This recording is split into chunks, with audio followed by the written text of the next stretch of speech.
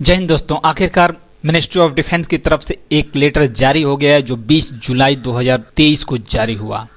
और इस लेटर में क्या क्या पॉइंट रखे गए और क्या क्या पॉइंट का इन्होंने आंसर दिया है और किस तरह से उसका निस्तारण किया है, क्या सटीक ढंग से देखें तो अपने ऊपर इन्होंने दोष कुछ भी नहीं लिया है और सब पॉलिसी और नीतियों के ऊपर डाल दिया है। सिर्फ इन्होंने सफाई दे दिया है कि मेरी तरफ से, हमारे एमओडी की तरफ से कोई गलतियां नहीं है। और ये सब लेटर जारी होने का कारण मुख्य रीजन यही होगा जो 6 अगस्त से जो जंतर मंतर पे धरना प्रदर्शन होने वाला है और रामलीला मैदान में धरना प्रदर्शन होने वाला है, जो एक्स सर्विसमैन का इतना बड़ा झुंड अगर वहां पे पहुंचने वाला है तो उससे पहले ही ये एमओडी की तरफ से इस प्रकार का लेटर जारी करके ये चौंका देने वाला वाकया है कि आखिर में एमओडी को भी इन सब पॉइंटों की जानकारी है और वे भी इनके ऊपर क्या रवैया और उनका स्टैंड क्या है। आइए देखते हैं, एक एक करके इसको समझते हैं। ये 13 पॉइंटों के ऊपर अपना लेटर जारी किया है और 13 पॉइंट के ऊपर ये इन्होंने सफाई दी है और क्या क्या सफाई में कहा है। जैसा कि आप जानते हैं कि एमओडी की तरफ से ये लेटर जारी हुआ है तो इसके वेबसाइट के ऊपर भी आप ढूंढ सकते हैं और वहां से भी इसको पता कर सकते हैं। जैसे मिनिस्ट्री ऑफ डिफेंस की वेबसाइट आप खोलेंगे तो यहाँ से department of ex serviceman welfare DSW की खुल जाएगी। यहाँ पे जैसे ही आप OROP वाले ऑप्शन पे क्लिक करेंगे तो यहाँ पे आपको इस प्रकार से आपका लेटर सर्कुलेट जो हुआ होगा वो खुल जाएगा। 20 जुलाई 2023 को ये लेटर जारी हुआ है, इसको आप डाउनलोड कर सकते हैं। इसको आइए चलते हैं, देखते हैं कौन कौन से इसमें पॉइंट लिया गया है और किस प्रकार से इसका एमओडी की तरफ से निस्तारण कर दिया गया है। रक्षा मंत्रालय, मिनिस्ट्री ऑफ डिफेंस, पूर्व सैनिक कल्याण विभाग यानी department of ex serviceman welfare, pension नीति के ऊपर issue raise by ex serviceman public association, OROP के मुद्दे के ऊपर जो इशू रेज किए गए हैं वो इस प्रकार हैं। इसमें देखेंगे कि 13 पॉइंटों के ऊपर इन्होंने कवर किया है और क्या क्या इसमें कहा है। आइए विस्तार से इसको जानने की कोशिश करते हैं। आइए देखते हैं। सबसे पहले इन्होंने मुद्दा लिया है फिटमेंट फैक्टर ऑफ जेस्टियर्स इज 2.57 और ऑफिसर के लिए 2.81। फिटमेंट फैक्टर को लेकर इन्होंने जवाब दिया है 2.57 और 2.81। 2.81 दोनों को मिलाकर इन्होंने ये 7 CPC को ही जिम्मेदार मानते हैं और वहाँ पे इन्होंने अपनी तरफ सफाई देते हुए कह दिया है कि जिस प्रकार से 7 CPC के अंदर PB1 इंडेक्स में 2.57 इंक्रीज, जिस प्रकार इन्होंने कैटेगरी में बांट दिया है कि PB1 जो पे लेवल पे बैंड 1 है उसके अंदर 2.57 से मल्टीप्लाई किया, वहीं पे कुछ 2.62 से, कुछ को 2.67 से और कुछ को उसके बाद 2.72 से, उसके बाद 2.81 से। इस प्रकार से कई फैक्टर इन्होंने बांट दिए हैं, जबकि इससे पहले 6 CPC और 5th CPC में ऐसा कुछ नहीं था। वहां पे सिर्फ रेशियो के अनुसार ही सबकी बढ़ोतरी समान रूप से हुई थी। तो इस प्रकार से आगे इन्होंने OROP में PMR को 9 देने की बात के ऊपर, इस पॉइंट के ऊपर benefit of OROP not applicable for PMR retiree who got PMR web 1/7/2019। इस बात के ऊपर इन्होंने ये लेटर में सफाई देते हुए 7/11/2015 के लेटर का हवाला दिया है और 1/4/1/2023 के लेटर का हवाला देते हुए इन्होंने कहा कि जो डिस्चार्ज 1/7/2014 के बाद आए हुए हैं उनको ये रूल एप्लीकेबल नहीं है। और इसी में इसमें कोटेड कर दिया है कि ऑनरेबल सुप्रीम कोर्ट ने भी इस ऑर्डर को मान लिया है, कि उन्होंने भी कोई ऑब्जेक्शन नहीं किया। इस प्रकार से ये इस पॉइंट से भी बचने का प्रयास किए हैं। इस प्रकार एमओडी ने इस पॉइंट से भी बचने का प्रयास किया है। एक तो लेटर का हवाला दिया है और वहीं पे सुप्रीम कोर्ट के द्वारा इस ऑर्डर को मानने का भी हवाला दिया है। वहीं पे इक्वल एमएसपी के ऊपर ये जवाब देते हैं कि मिलिट्री सर्विस पे ये 6 CPC के अंदर डिसाइड हुआ था, जिसमें 1000 रुपये पर मंथ रखा गया था, लेकिन रिकमेंडेशन के बाद 2000 रुपये पर मंथ रखा गया और वहीं पे ऑफिसर का अलग रखा गया, जिसके कारण 7 CPC के अंदर अगर 2.57 2.81 जो मल्टीप्लिकेशन फैक्टर जो चला उसके अनुसार मल्टीप्लाई करने के बाद 15,500 और 5200 रुपये ही रह गए। तो इस प्रकार से भी इसके ऊपर भी इन्होंने हवाला दे दिया। इसके ऊपर भी ये 6 CPC और 6 CPC को जिम्मेदार माना है और 7 CPC में जो इस प्रकार की कमियां दिखाई गई हैं। वहीं पे नेक्स्ट पॉइंट में अफसर have been more benefit that then jawans and honorary ranks in fixation of pension under OROP 2।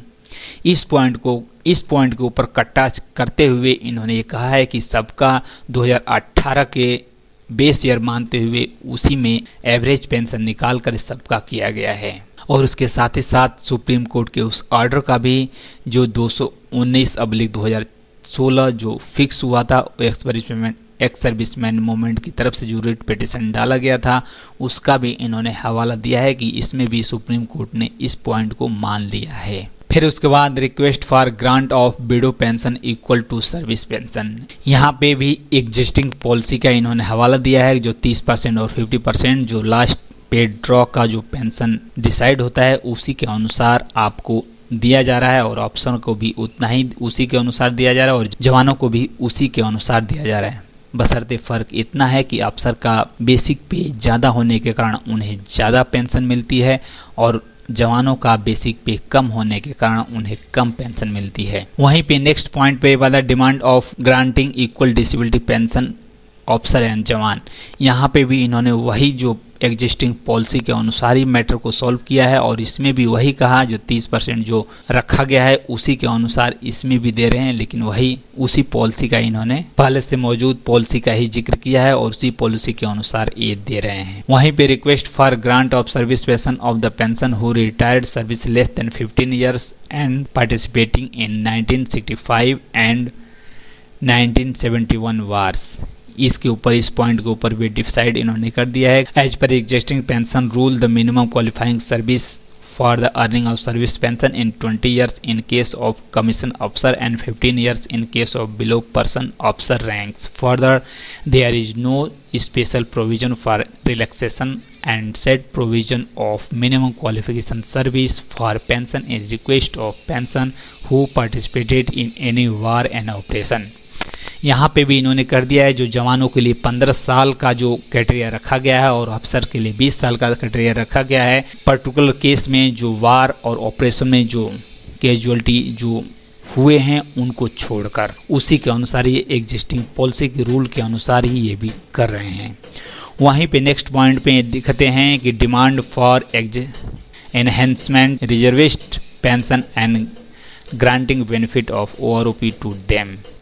दोस्तों यहाँ पे रिजर्विस्ट पेंशन के लिए जो उनको जो पेंशन मिलती है उनको OROP में दायरे में लाने के लिए इस प्रकार से इस पॉइंट के ऊपर ही कहते हैं कि जो भी रूल के अनुसार रिजर्व पेंशन के लिए जो मिनिमम पेंशन 9,000 तय की गई है और उसके अनुसार ही उन्हें दी जा रही है। लेकिन वहीं पे एक पॉइंट इन्होंने ये भी डाल रखा है कि जो जुडिशियल कमेटी जो 1 मेंबर जुडिशियल कमेटी जो बनी थी उसके जो रिकमेंडेशन रिजर्विस्ट पेंशन को लेकर उस पे अभी विचार चल रहा है और उसमें वो भी एग्जामिनेशन में है। इस पॉइंट को इन्होंने विचाराधीन बताते हुए इस प्रकार से इसके ऊपर सफाई दी है। वहीं पे आगे चलते हैं तो यहाँ पे देखते हैं rank weightage as mention in the government letter dated so and so to restore for calculation of pension and letter entry system as recommendation by the 6th CPC vide chapter 2.4 has not be implemented to date. तो यहाँ पे दोस्तों इस point में rank weightage के हिसाब से जो पेंशन डिसाइड करने के लिए जो पॉइंट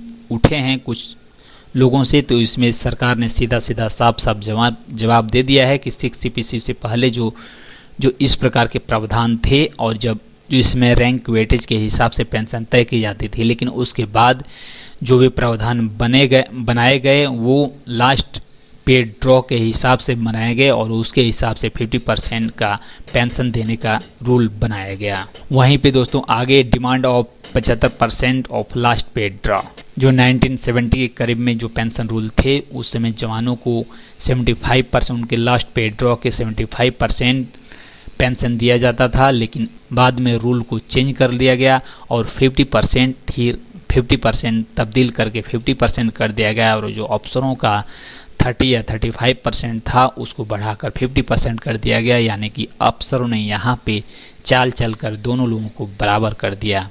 तो यहाँ पे भी ये रूल का ही प्रोविजन करते हैं कि इस प्रकार से रूल बना हुआ है, रूल के हिसाब से पेंशन तय की जाती है। वहीं पे दोस्तों बेनिफिट ऑफ MSCP में be extended to pre-2006 retiree also. यहीं पे दोस्तों बेनिफिट एमएससीपी का जो बेनिफिट 2016 से पहले के रिटायरिंग है उनको भी मिलना चाहिए, इस पॉइंट के ऊपर ये जवाब देते हुए कहते हैं। जैसा कि दोस्तों 11 नंबर पॉइंट में एमएससीपी के ऊपर जो प्री 2006 के जो रिटायरी हैं उनको भी लागू होने की जो पॉइंट बार बार कुछ लोगों द्वारा उठाए जा रहे हैं और ये सही भी है, उनको भी लगना चाहिए। इस प्रकार केस मैंने भी कई बार कहा है, इस पर केस चलना चाहिए।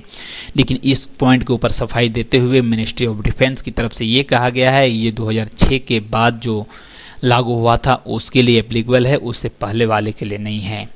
लेकिन वहीं पे 12 नंबर पॉइंट में कहा है implementation of recommendation of OMJC report 1 man judicial committee की जो रिपोर्ट बनी थी उसको इम्प्लीमेंटेशन के लिए यहाँ पे पॉइंट रखा गया है। लेकिन इसके अंदर आपको बता दें एमएससीपी का रूल भी इसके अंदर डिसाइड है कि सबको मिलना चाहिए। Report submitted by OMGC on OROP is under examination in this ministry, यानी कि रूल 2014, यानी कि यहाँ पे मिनिस्ट्री यहाँ पे फंसती हुई नजर आ रही, सिर्फ अंडर एग्जामिनेशन करती हुई नजर आ रही कि ओएमजेसी की जो रिपोर्ट है ओआरओपी के ऊपर उसको अंडर एग्जामिनेशन कर रही है। लेकिन वहीं पे कई जगह ये सुप्रीम कोर्ट के ऑर्डर का भी कोटेट करती है कि उसका भी ऑर्डर मान लिया है, लेकिन उसी ऑर्डर में ये भी लिखा है कि ओएमजीसी की रिपोर्ट 6 महीने के अंदर आपको कंफर्म करनी है। लेकिन यहाँ पे अभी अंडर एग्जामिनेशन इसको दिखाया जा रहा है, लेकिन कब तक एग्जामिनेशन इसका करेगी इसका कोई पता नहीं अभी तक। वहीं पे नेक्स्ट पॉइंट में करते हैं कि payment of ex gratia award to ECOs एसएससीओज who participated in 1965 and 1971 war. तो यहाँ पे एक्स ग्रेटिया अवार्ड जो जिन लोगों को 1965 और 1975 वार मीन्स जो उनको इस रिपोर्ट में इन्होंने कहा कि as present no such policy to grant ex gratia award to ECOs एससीओज and participate in any war exist, यानी यहाँ पे इन्होंने मना कर दिया है कि ये पॉलिसी उनके लिए नहीं है। और ये दोस्तों ये लेटर यहाँ पे भेजा गया, देख रहे कितने जगह पे कॉपी किया गया है और यहाँ पे भेजा गया और इस प्रकार से under secretary of government of India इस बार से बीएल मीना जी की तरफ से ये साइन किया गया है। तो इस प्रकार से एमओडी ने अपने हर पॉइंट के ऊपर सफाई दे दी। जो जिस तरह से कुछ पॉइंटों में इन्होंने एग्जामिनेशन करके कुछ पॉइंटों में इन्होंने अंडर एग्जामिनेशन दिखाया, कुछ पॉइंटों ने सुप्रीम कोर्ट के ऑर्डर का हवाला दिखाया और कुछ पॉइंटों में ये एग्जिस्टिंग पॉलिसी का हवाला दिया। तो इस प्रकार से दोस्तों धरने के डर से या धरने के पहले ही अपना स्टैंड इन्होंने साफ कर दिया कि हम इस बात पे इन पॉइंटों के ऊपर इस प्रकार हमारा रवैया है और ये हमारा जवाब है। ओके दोस्तों, धन्यवाद, जय हिंद।